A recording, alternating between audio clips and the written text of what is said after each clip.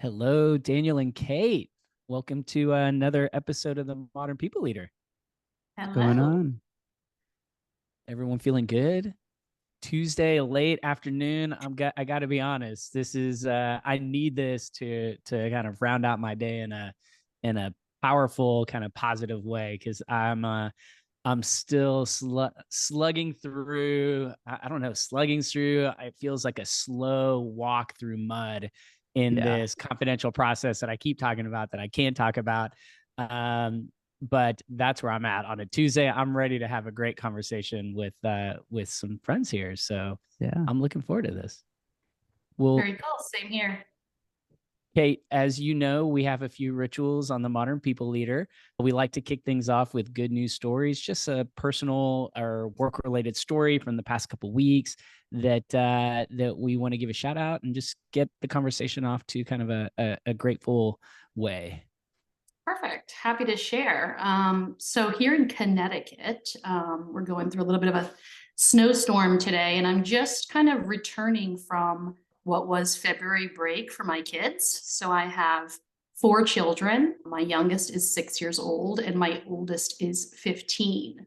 And I guess it was 5 or 6 years ago, I started this tradition of taking off February break and dedicating a day to each of my kids. So I don't know if either of you I have kids. love that. I think you do, but it tends to happen such that the more kids you have, the less likely it is that any one of them is making any decisions. It's typically, we're going here. Do you want to come or don't you want to come? So giving them sort of like the blank piece of paper on Monday morning and having them pick and kind of like argue over which day they're going to get, and then seeing kind of what they come up with on paper is really just a fun and exciting thing for me as a mom anyway. And I always get super surprised. So let me think of one or two things that we did that really kind of knocked my socks off. My youngest daughter wanted to have breakfast in bed one day, and then she wanted to get her ears pierced. Oh Uh, my God. I guess the surprise to that was that I also got my ears pierced again because she wanted to see how that was going to go. My oldest daughter, who is 12 going on 27, wanted to open a bank account, and I hadn't been to a bank in real life in a long time. So that was interesting. My youngest son, who is 9 years old, wanted to see a Broadway show. And so that was very exciting. We went to see Aladdin. Oh And my then gosh. my oldest son, who is the simplest of them all, 15 years old, he wanted to go to the mall and he wanted to have lunch at a place called Salsa Fresca. Mm. That's like a just like a burrito, like a taco place. Love Exactly. It's that. like, That's my the style. Chipotle. I'm getting flashbacks to growing up with two brothers and never being able to like reach consensus on what we wanted to do. It was always so frustrating when my little brother, my older brother got to pick. I mean, I was the middle child, so it felt like I never got my way. But you're right. It was like, all right, I guess I'm either going with them and having to eat whatever it is they want to eat, or I'm staying home by myself. So I think that's super cool that you dedicated a day to each of your kids. My good news is that the weather has been absolutely phenomenal in Austin. And I think I've gone for bike rides like 3 out of the last 4 days. And nothing like crazy road like cycling, but for me, any chance I got an Apple Watch for Christmas and I've just been obsessed with this thing and like making sure I get my exercise time in. And this year I've learned to kind of embrace like the long walks and just ordinary bike rides in the neighborhood. And so that's my good news is I've gotten 3 rides in the last 4 days, which feels awesome. Wow. Just rubbing it in as I sit here and weather the storm here in Yeah, Connecticut. not cool, Steven. I need to challenge you on Apple Fitness to a competition. I'm waiting. I'm waiting. All right. So my good news. So I'm going to Mexico City this weekend. We leave on Thursday. So uh it feels like yesterday, today, and tomorrow are all gonna be a bit chaotic or have been chaotic and will continue to be chaotic. Just trying to fit in all of the work before I leave, but I'm really excited. I've never been to Mexico City. we're going for one of my wife's best friend's wedding, and we're going to be there for I think 3 nights. So just looking forward to exploring a new city and getting out of town for a few days. And Very nice. have you been to Mexico City before, Daniel? No, I Or is haven't. this your No. Yeah, Oh, it's my first wow. time. Yeah. It is completely amazing, completely overwhelming. And I think you're probably like me. I had been to like Cancun and like the usual kind of beach spots, Yeah. and going to Mexico City, which is one of the largest cities in the world. It's just the culture behind it and the history with the Aztec stuff. It's just I love it. Some people think it's a little too chaotic and crazy, but I think it's pretty amazing. So Yeah, no, I'm you're gonna looking have a forward lot of to it. fun. Well, Kate, we want to hear all about your story. You know, I call this the Brene Brown question. Like, tell us your story. Like, tell us what you've gone through and what it took to get to where you are today, being the chief people officer at Pega. You know, tell us a little bit about what that journey looked like for you. Sure, Stephen, you may regret asking me that question because I feel like I like to always start like way, way back. Thank you, thank And you. No, we want to go. We want to go and all the way back.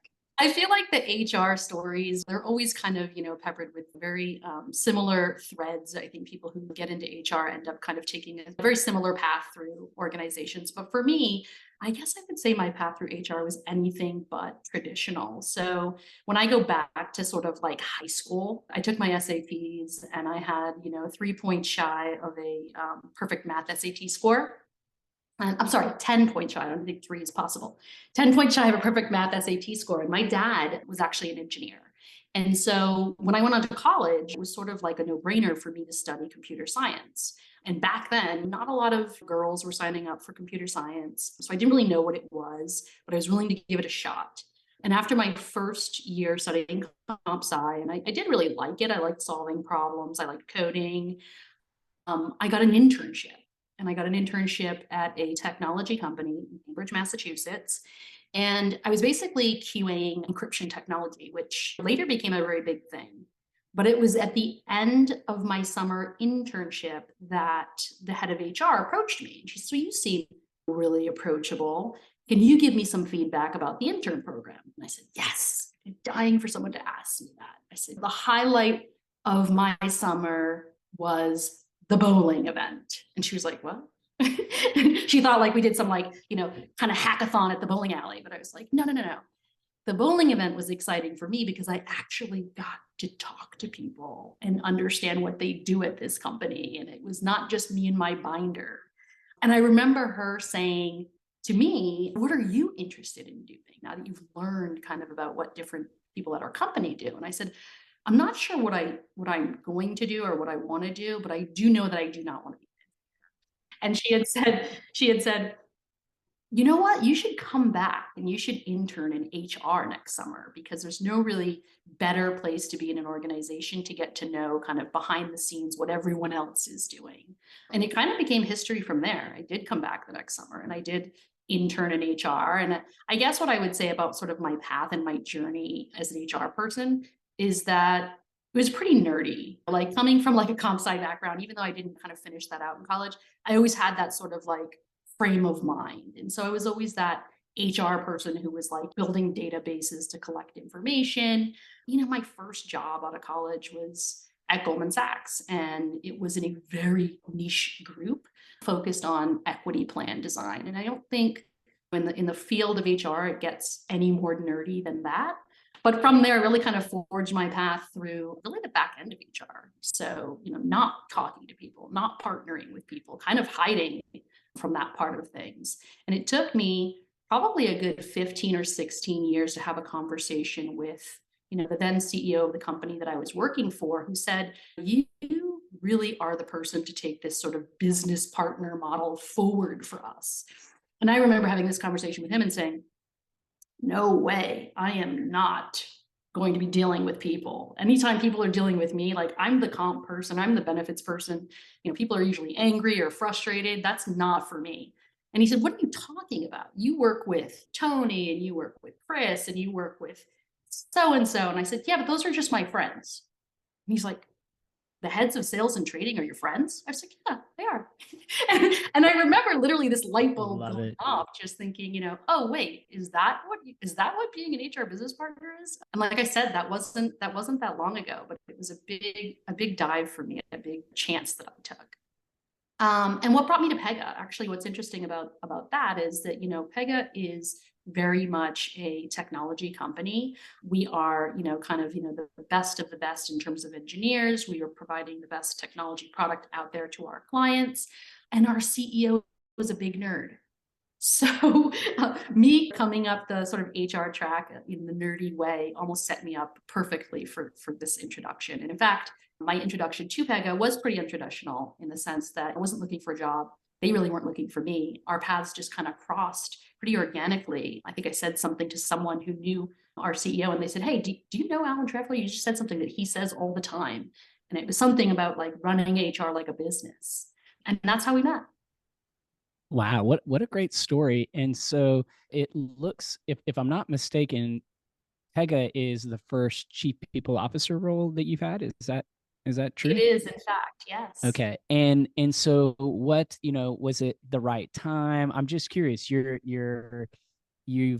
been in a role for a while. It sounds like you're well established in your prior role. You're connected to the CEO. You're getting stretched in various ways. You're being asked to do things. It feels like that was probably a pretty comfortable place to be in. And now you've made a change. And was there any sort of catalyst, or it just happened to be the right move with the right company? What was that decision like? Because I Yeah. find like there are a lot of more experienced HR people like ourselves that are in that role and they're feeling good about where they are. And especially now, there's a lot of uncertainty and the markets have been somewhat tumultuous. And so for those that are out there struggling to make a decision with where they're at, like, do you mind just sharing what was going on with you when you made that decision to take the leap to become a chief people officer? Absolutely. So I am, without a doubt, a product of the Great Resignation, or what people then called the Great Reshuffle. Certainly not the Great Regret. But I was working at a company for, 5 or 6 years, and certainly through the pandemic, as sort of the head of HR for a technology division. So it was about 7,000 of their 10,000 employees. When I had this call from somebody, actually, this person was asking me for a reference for a friend of mine for a chief people officer role. And this is the same group of people who were looking for the next chief people officer at Pega. And I remember that conversation and really just kind of sharing a little bit about myself and a little bit about the person that I was giving a reference for, what I admired most about that person, what kind of drives me to work in HR. And essentially, I spent 5, 6 years building out that sort of partnership model at a company that had been, for all intents and purposes, sort of like a 40-year-old startup.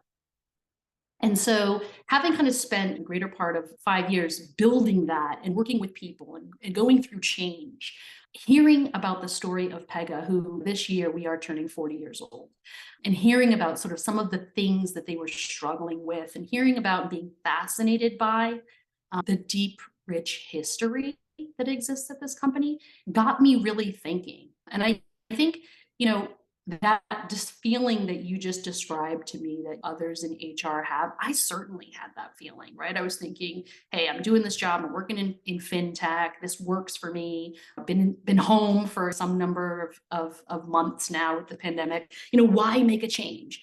And I have to tell you, it was probably in my first 2 or 3 weeks in the role at Pega that I had a conversation with somebody who was not at Pega and not at my previous employer. And they said, hey, how's it going? And I said, listen, this is what sums it up. I worked at my previous employer for 6 years and I did a lot of cool things.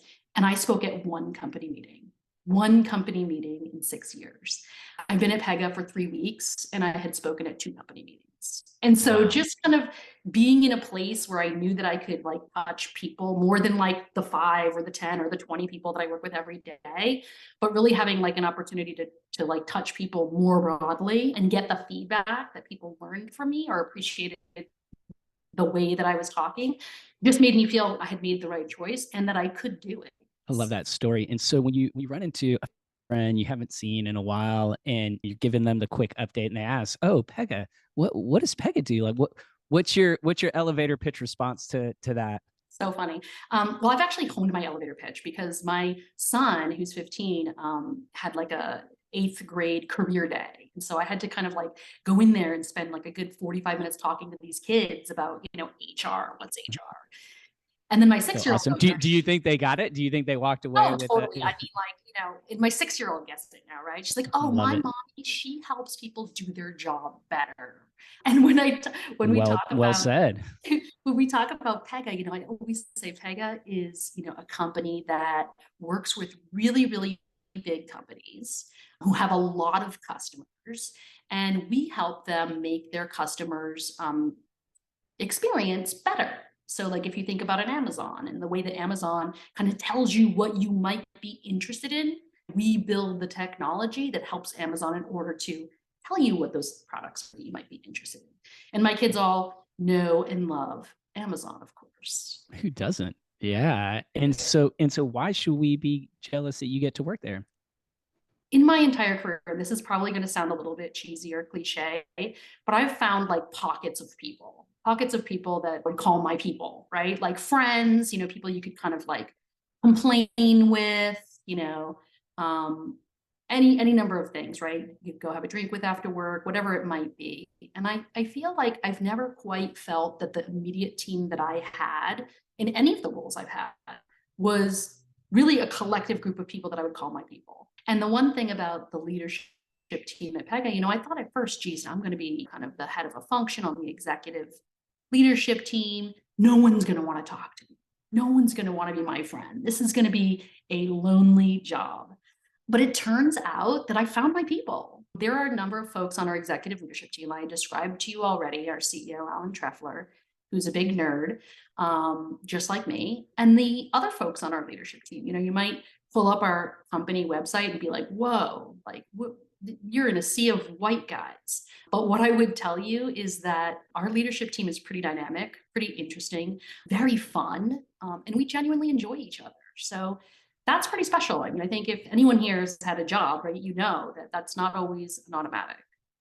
Yeah, and at the executive level, if people are still having fun, then it's a good dynamic because there's no shortage of emergency area focus or threat to the business or insert the negative headline of the week type of thing that executives are having to respond to. And so I feel like this is a good measure of like what it's really like right now at companies and the cultures, just how things are playing out. And so I love to hear that. And so my first question to you kind of relates to that uncertainty. And so I'm curious, you're a lifer, essentially, a career HR person.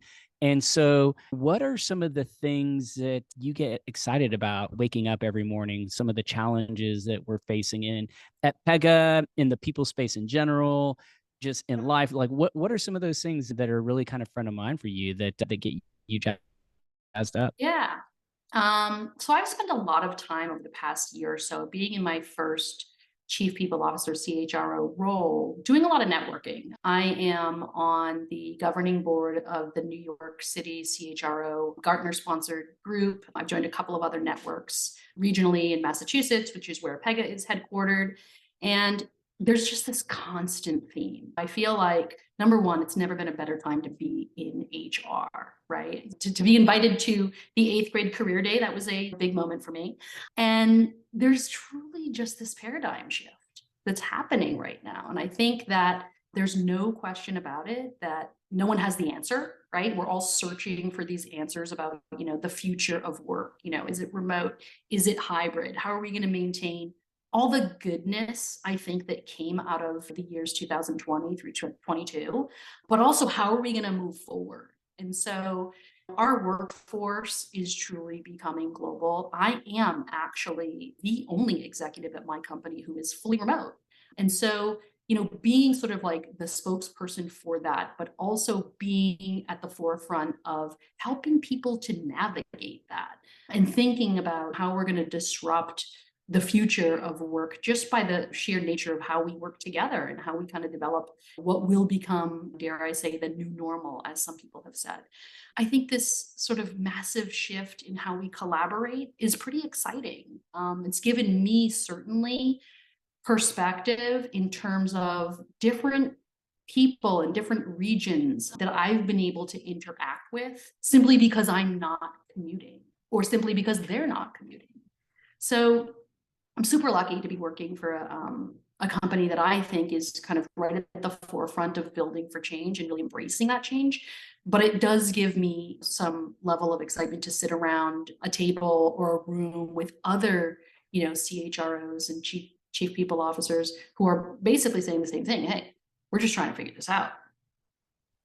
As an HR lifer, a career HR person, I asked Josh Person, we had him on the show in January. What is looking back, let's fast forward 10 years from now and looking back to this kind of phase of existence in the workplace, what do you think is going to be the biggest takeaway? Like the one thing we look back and say, like, God, that was so obvious, but you know, we of course we're doing it this way now. Like, what do you think that one monumental shift is going to be from this era that we're working through? Yeah, I mean, I guess it's just that realization that there is truly no kind of, one size fits all. I think, you know, I've seen a number of companies, some of them are the more traditional companies for sure. And I think I've even seen Pega, be tempted to go with, gee, should we be the 1 to 2 day a week hybrid company or should we be 4 days in, And I've seen companies just as quickly as they've issued sort of like their mandate, pull it back with some regret, right? Because they saw people just kind of be like, no, I'm not going to do that. I'll just go get another job. We've come up with something called magnet, not a mandate. We're standing pretty firm on that. But I think if I were to like flash forward, like you said, and kind of like look back, it would definitely be this whole one size does not fit all. We are all figuring this out together. Flexibility is key. Yeah, and that's something that we're hearing quite a bit on the show.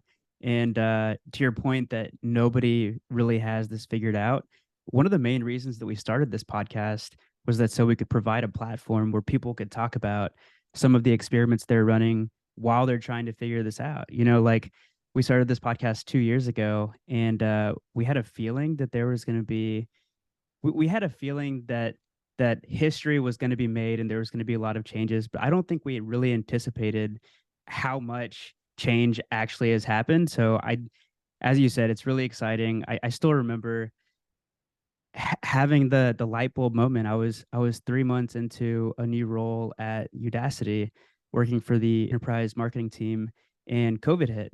And I remember thinking, like, holy shit, I thought that I had interest in the HR space, but I want to double down on this. Like, I've never personally worked in HR, but I've always worked as a marketer for HR tech companies. And I was like, I need to learn as much as I possibly can about the space because it really feels like this is the most exciting time ever for an HR practitioner, and it feels like HR is going to do a lot of great work. So, as you were sharing how you feel like we're witnessing history and you're able to experiment with new things, I all I could think about was that. So, Pega, y'all have what, 6,000 employees? I think that's what I saw on LinkedIn. Just about, yeah. Okay, and how many people are on the people team? We have just about 150 folks on our people team. Okay, so 150 people. Can you give us a quick breakdown of how the team is structured? This is something that we're finding our listeners really enjoy hearing because, like you say, there's no one size fits all approach. So I think they like to hear how different companies are structuring their people team, and maybe y'all are doing something that our listeners can maybe steal something from and adopt for themselves. Yeah, absolutely. So we have a couple of different unique naming conventions at Pega. We have our HR business partners are actually called talent advisory partners. And we have a number of folks organized in those verticals. So we have talent advisory for our go-to-market functions, talent advisory for our corporate functions, and talent advisory partners for our technology group. One of the things that I've done, I guess, in the past years really kind of bring together all of our talent attraction professionals. So we had sort of a number of folks who were going out to the market and recruiting kind of spread out within the functions. And we've really brought them all together under one global leader. I would say another interesting thing about this, the way we've structured the people team, is that we've got sort of our people ops, our comp, all of our sort of, benefits and COE work, umbrellaed together under what we call people services. And obviously with the exciting chatbot features and all the AI that's coming out, that's certainly at the forefront of things that we're thinking about. So we're pretty heavily invested there in actually some technologists who are doing that work. We are also very much in tune with our culture and values. And so one of my direct reports, who is based out of the UK, leads all of our employer brand and employee experience. This is a new role for me, right? I came from a sort of fintech background. Financial services companies tend to be a little bit more traditional. Sure, we talked about employee value proposition, we talked about culture and values, but it was kind of always like, yeah, do that off the side of your desk, right? In addition to your job. So truly having someone and a team, we actually have a pretty awesome team. One of our folks is down in Texas, spread out all over the world, focused on employee experience and the employee value proposition. We also have folks who are dedicated to diversity, equity, inclusion, and belonging. And I think another interesting twist on how we're organized there is that that function is joined at the hip right now with our learning and development team. And there's so much about DE&I or DEI and B or I and D, whatever you want to call it. There's so much that it's just about like learning and teaching and sharing, that it felt like a no-brainer to me, at least, to bring those two functions together. Yeah, thanks for sharing that. And I feel like we're hearing that pretty often. We had Bernard Coleman from Gusto on, and I think that episode just went live like yesterday for us. And he's the chief diversity and engagement officer. So they decided to bring together the engagement function with all of DEIB. So it's interesting to hear the different approaches that companies are taking. It sounds like y'all have the L&D team working hand in hand with DEIB, and that also makes sense. So it's cool to hear the different approaches, and like you said, there's no one size fits all. So I want to go back to something that you said earlier related to the office. You were saying that you want to make the office a magnet, not a mandate. So can you expand on that a little bit? Sure. So I think this was actually something that our CEO said in an earnings call when I was interviewing. And I picked up on it. I don't know if he did it on purpose or if it was an accident, but I remember writing it down and drawing like a bunch of circles around it and being like, yes, that's right. That's how it has to be.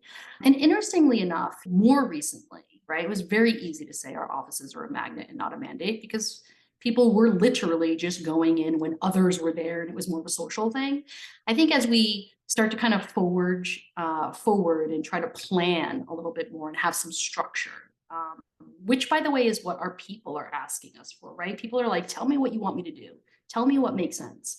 You think about like, junior people, right? People who are maybe this is their first job out of college, who are just hungry to like be in the room with someone who is talking about something that might resonate with them.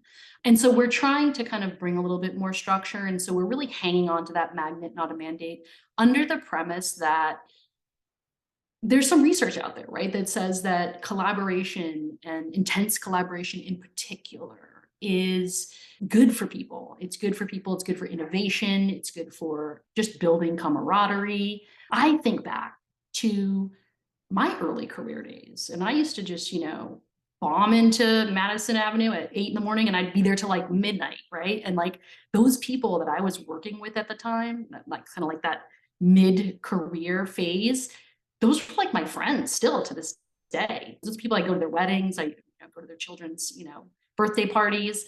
And so when we talk about magnet, not a mandate, we want to bring together the best of all of that stuff, right? The goodness of collaborating with your team, the goodness of getting exposed to people you otherwise wouldn't get exposed to, the goodness of having a platform where people can just come together and like have a meal, tell some jokes. We're talking about, because we truly are hybrid and we have a number of folks, I would say our organization is split kind of like 40-60. 60% of our organization is either in every day because their job requires them to. That's a very small population, or they're coming in 1, 2, 3, 4 days a week.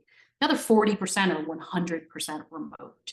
And so we're talking about piloting something soon called Connection Week. So rather than, say, hey, everybody get in once a week or twice a week, we're going to do some fun stuff once a quarter. And we're going to call those our sort of magnet connection weeks. I really like that idea. Can you give us a little inside look at what the first connection weeks can look like, what you'll have planned? Or is it still in the Absolutely. works? Absolutely. I mean, that I just get giddy talking about stuff like that. It's like planning a birthday party. So we Yeah. turn as a company, we turn 40 on April 21st, and our first connection week is going to be the week following. And so we were planning on doing a number of sort of just celebrations, obviously some sort of team building exercises by team. And then also we want to invite people to bring sort of what is the personal aspect of their life into the office. And so for every connection week, we're going to try to run something special. One idea that was pitched to me was one of our employees is part of a family who runs a gluten-free brewery. And so we talked about potentially having a tasting of some sort or a demonstration. And that sounded really cool to me. Well, happy early 40th birthday to Pega. That's exciting. So going back to the Pega people team, and this is a question that we don't really ever get a chance to ask, but just curious, like what do you think sets the Pega people team apart from other people teams? Like, is there anything that you would say is unique about the way that the Pega people team operates versus other people teams that you've been on? Just curious if you think that there's like any one or two things that are key to the team success. Yeah, totally. So one thing I would say is first and foremost, there are a number of folks on my team who have been at Pega for a long time. And so that deep, rich history that I talked about that exists with the company, it exists also on our people team. And I don't think I've had the experience of working with folks on my immediate team who had been part of a company for such a long time. And so that's pretty special, pretty unique. The second piece that probably resonates so near and dear to me is the fact that we take an analytical approach to most things that we're working on. So I think that fits with sort of my style of working, sort of driving to decisions through data, I guess would be how I describe myself. But I'd also describe most of our people team being oriented to the same sort of way of thinking and the same way of making decisions and presenting problems. We typically don't do anything without first sort of crowdsourcing information. And so I think you guys probably remember a time when an employee survey was a thing that happened once a year, right? We are accustomed to just surveying the heck out of people, not to be annoying, but just to like get their ideas. And that's really where some of the most exciting things that we've done were born. Last year, we heard from a number of people like burnout is real, right? We need to stop this. No meeting Friday every Friday does not work. What are we going to do? And through some forms of feedback and an engagement working group that we established, we came up with, let's just do no meeting Friday every 3 weeks. And let's layer onto that quarterly wellness day. And we've had a phenomenal response to stuff like that. So cool. I love that. We did the same. We went to, after weeks and podcasts of talking about a 4-day work week, we tested it out. I talked to the company, and this is Workify, not the Modern People Leader. This is the Modern People Leaders, just Daniel and I.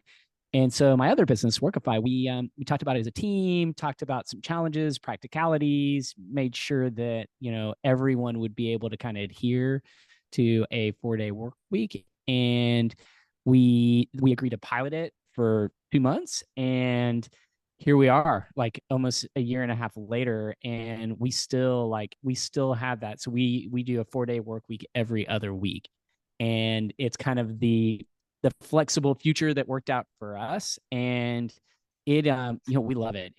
Having that time to, and a lot of times I still work, but having that additional time and that flexibility that, if there is like crunch on a particular deliverable or something that really needs my attention, that I can have full focus on that day. Or if there's some personal matters that I need to take care of, also I can focus on that on that day. And so I'm a big believer in data driving the decisions you're making for your people. And so I love to hear that you guys have what I would call like a modern employee listening program. I think that is so vital. And still to this day, companies that say they have an employee listening program, but they're only doing an annual engagement survey, or they're doing kind of haphazard pulse surveys and calling that employee listening. And so like you, I think the hallmarks of a listening program are getting the ability channels to get employee feedback and data that are going to drive decisions that you make going forward.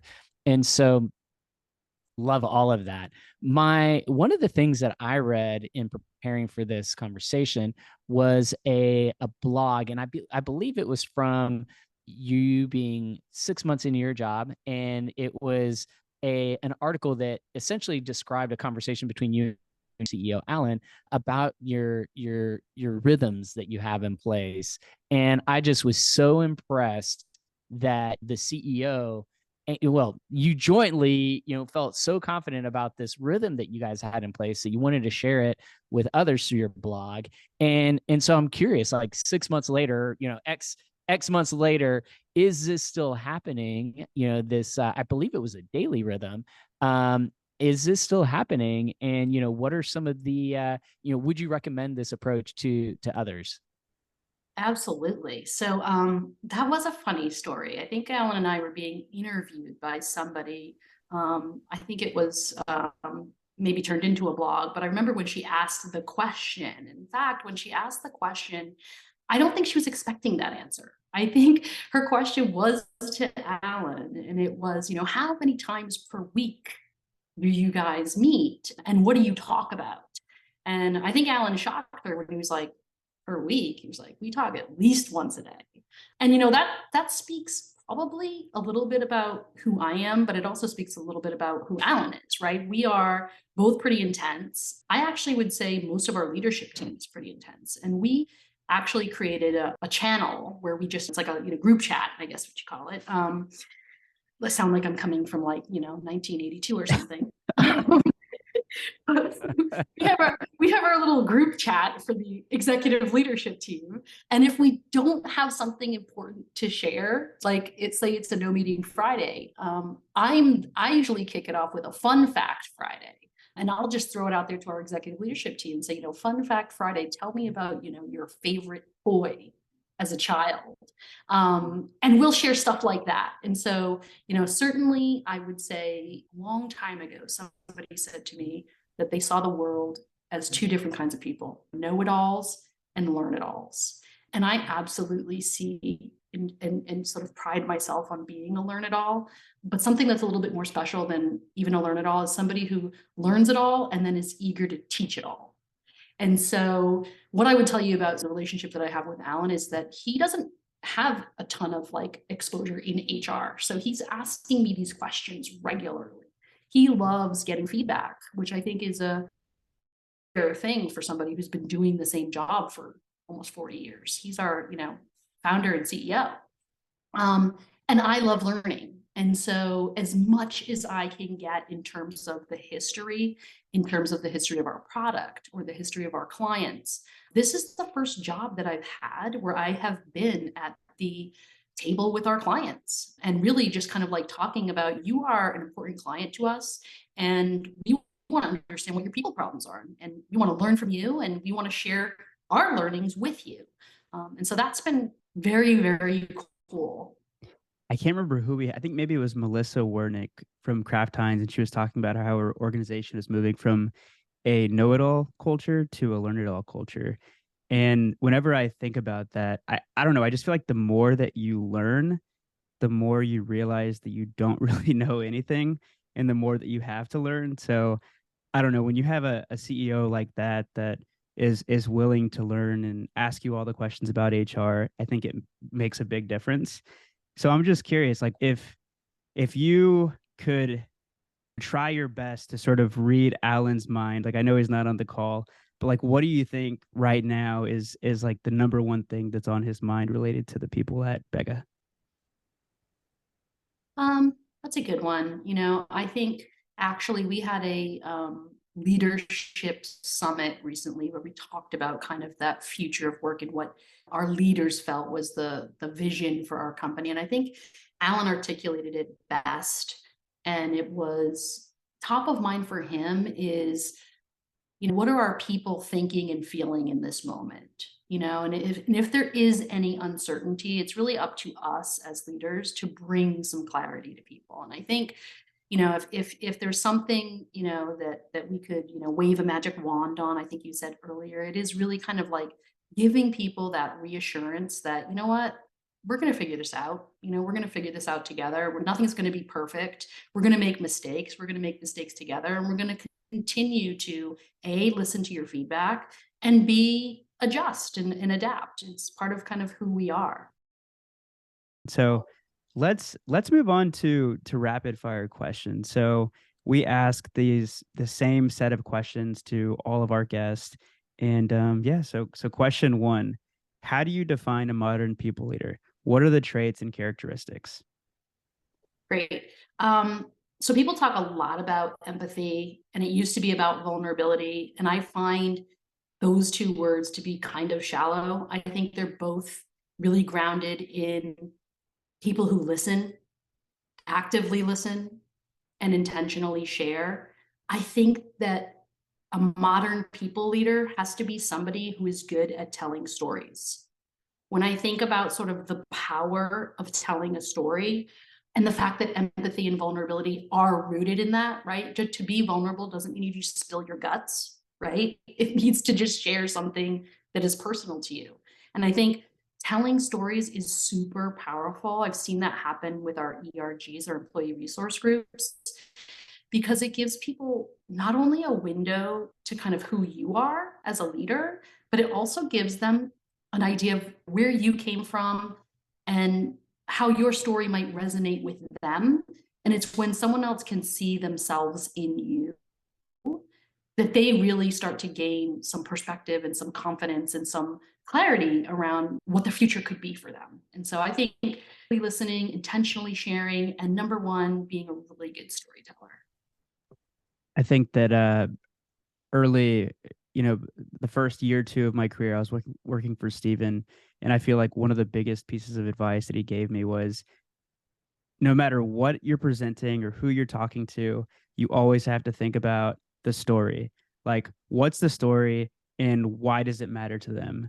And I always go back to that in my mind anytime we're planning out these outlines or I'm giving a big presentation at work. It's like, what's the story and why does this matter to the people that I'm talking to? So 100% agree on the power of stories.